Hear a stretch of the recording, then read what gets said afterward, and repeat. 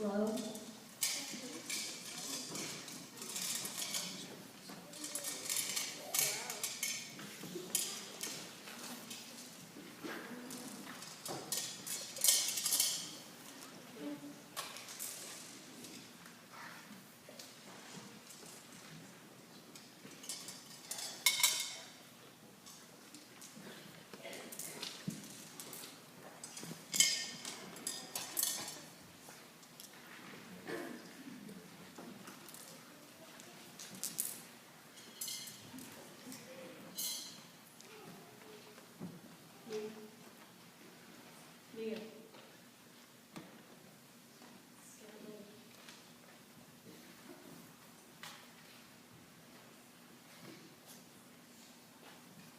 Good morning. We are here to tell you the story of Juan Diego and the apparition of Mary and the miracle on the Tepeyac Hill.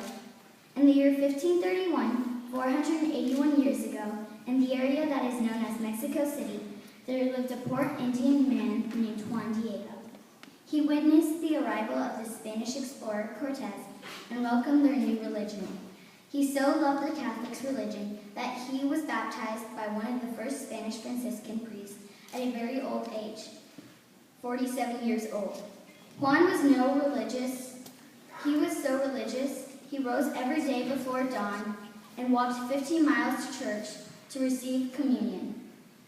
On one very cold Saturday in early December, on his way to church, Juan Diego heard birds singing a very beautiful song coming from the top of the Tepeyac Hill.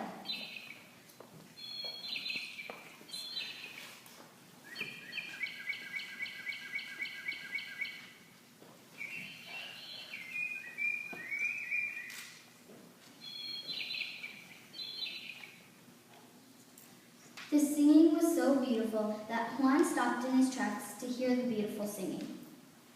Juan asked himself, by what fortune am I worthy of listening to such beautiful music? Am I dreaming? Am I awake? Am I in heaven? Juan climbed to the top of the hill and to his amazement saw the most beautiful lady looking down upon him. He marveled at her superhuman grandeur. Her garments were shining like the sun.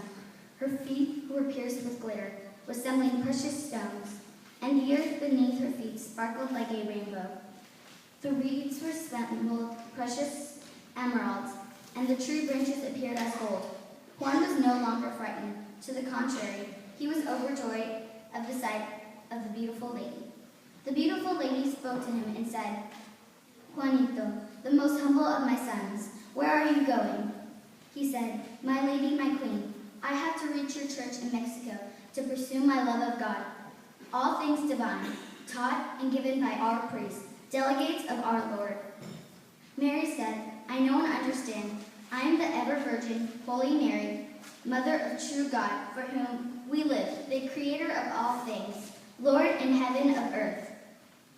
I wish that a church would be erected here quickly, so that I may give all my love, compassion, help, and protection to you all. Because I am your merciful mother, to you and all the inhabitants on this land, all who love me, invoke, and confide in me, I will listen to your problems. I want to help you remedy all your miseries, afflictions, and sorrows. To accomplish this for me, go to the palace of the Bishop of Mexico City and tell him of my desire, that on this desert plain a church will be built for all. Beyond you have heard my mandate. My humble son, go and put forth all your effort. Juan Diego bowed before her and said, my lady, my queen, I am going to comply with your mandate, but now I must part from you. To comply with your mandate, Juan then descended the hill and went straight into Mexico City to the bishop's palace. At the bishop's palace, Juan Diego was not allowed to see the bishop, who was a very busy man. Juan Diego waited and waited to see the bishop. Finally, the guards summoned the bishop to the waiting room. The bishop, who listened attentively and asked nicely, said, what do you want to Juan Diego? Juan Diego told the bishop about the apparition of Mary at the top of the Tepeyac Hill. Mary is requesting that you build a church in her honor to help the poor and dispossessed. The bishop said, I do not believe your story, Juan Diego. You are a poor man. You are a nobody. I may reconsider your request at a later time, But for now, please go away. You are dismissed from the palace." The guards of the palace carried him out.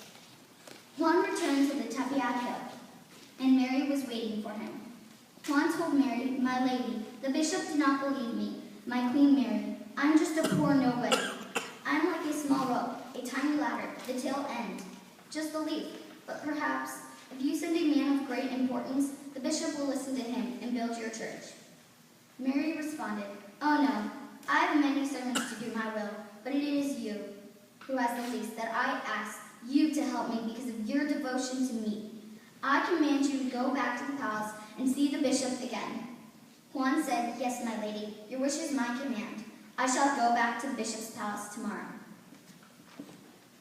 The next day, before dawn, Juan again traveled to Mexico City and waited a very long time again to see the bishop. He was very sad that the bishop did not believe him. Finally, the guards told Juan Diego that the bishop was ready to see him.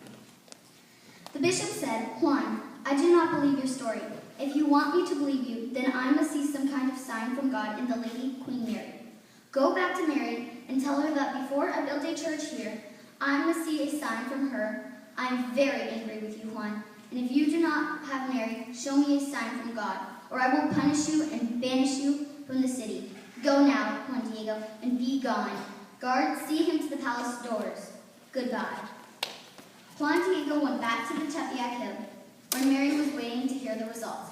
Juan said, "Mary, my lady, the bishop was angry with me and said he would punish me if I do not provide him with a sign from God and you."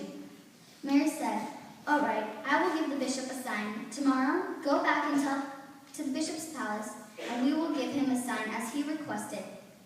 He will not be suspicious of you, and I will reward you for all your trouble. Go now. I will await you here tomorrow."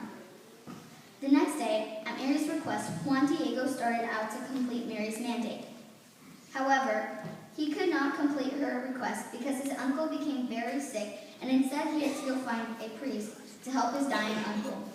Mary found Juan on the road looking for a priest, instead of going to the city to find the bishop. Mary said to Juan, "Little Juan, where are you going?" Juan said, "My uncle is dying. I am going to find a priest to save him." Mary said, "Do not worry about your uncle. I will heal him. Go and follow my orders to the bishop to show him a sign from God, so my church can be built.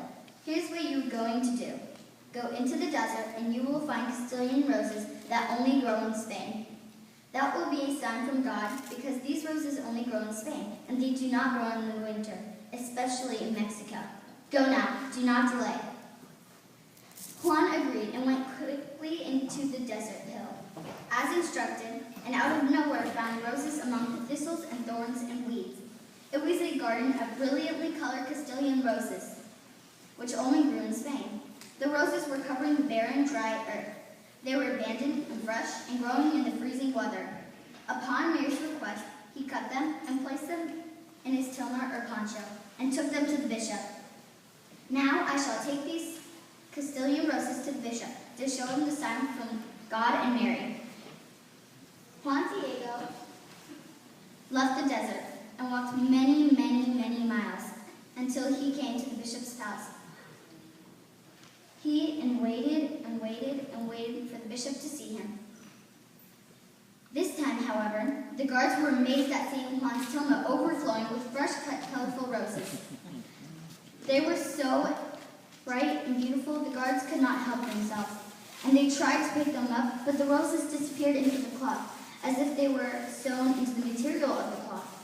The guards were frightened and ran to the bishop to tell him to come quickly to see this miracle. The bishop ran to the front of the palace and saw Juan's tilma full of Spanish roses that were from the same town in which the bishop had lived in Spain, which now spilled onto the floor. Miraculously, now on the tilma, instead of roses, was the image of the Virgin Mary, Our Lady of Guadalupe, sewn into the garment. The very image we see today in our church behind me to my left. Ashamed and in tears, the bishop fell to the feet of Juan Diego and wept.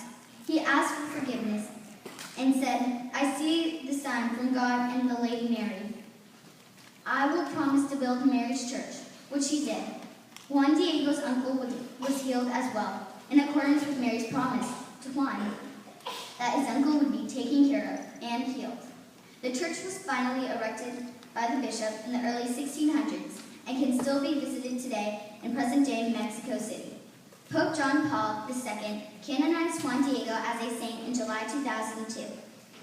Even now, citizens of Mexico still make their pilgrimages to the very site of the shrine and show their reverence by walking many miles on their knees until they reach the altar. Today, the 5th grade students have shown their reverence for our namesake, Our Lady of Guadalupe. By reenacting the story, we hope you have enjoyed this, and we want to thank Ms. Morrissey Baru and Ms. Vilia Rivas for making this possible. We also want to thank Bishop Solis for coming to the presentation. May glory and mystery for our Queen Mary, the Virgin Holy Mary, forever shine upon us. Amen. Amen.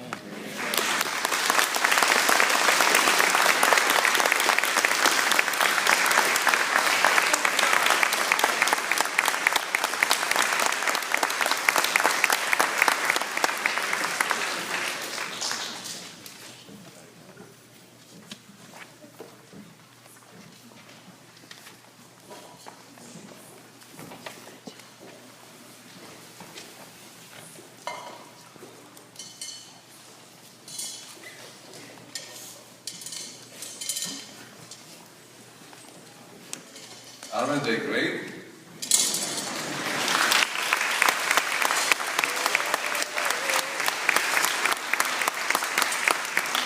What else can I say? They gave you all the beautiful message of what we are celebrating today, remembering the apparition of the Blessed Mother in the hills of Tepeyac, and she has then, from then on, was known as Our Lady of Guadalupe. You are so blessed today. You got 2 bishops. Isn't it? So you're doubly blessed coming to church today because you have a young bishop and an old bishop. So you have 2 double graces. It's slam bang. I came here in order to celebrate the feast of Our Lady of Guadalupe, not only with the parish community, but especially with the children of our Catholic schools. It's part of my responsibility, and it is a joy always to go and visit the children attending our Catholic schools, to say hello to them, and to find out how are they doing.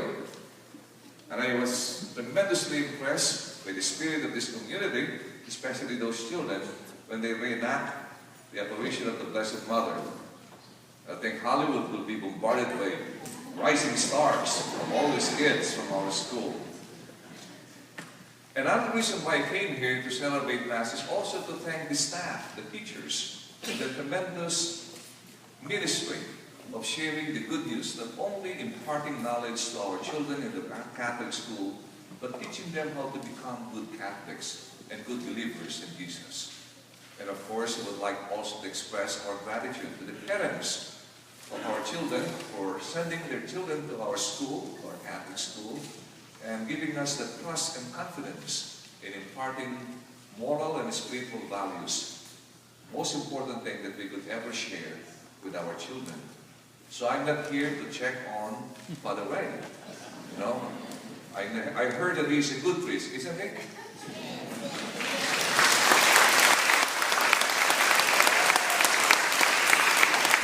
I heard he's a good priest and he's better when he's asleep.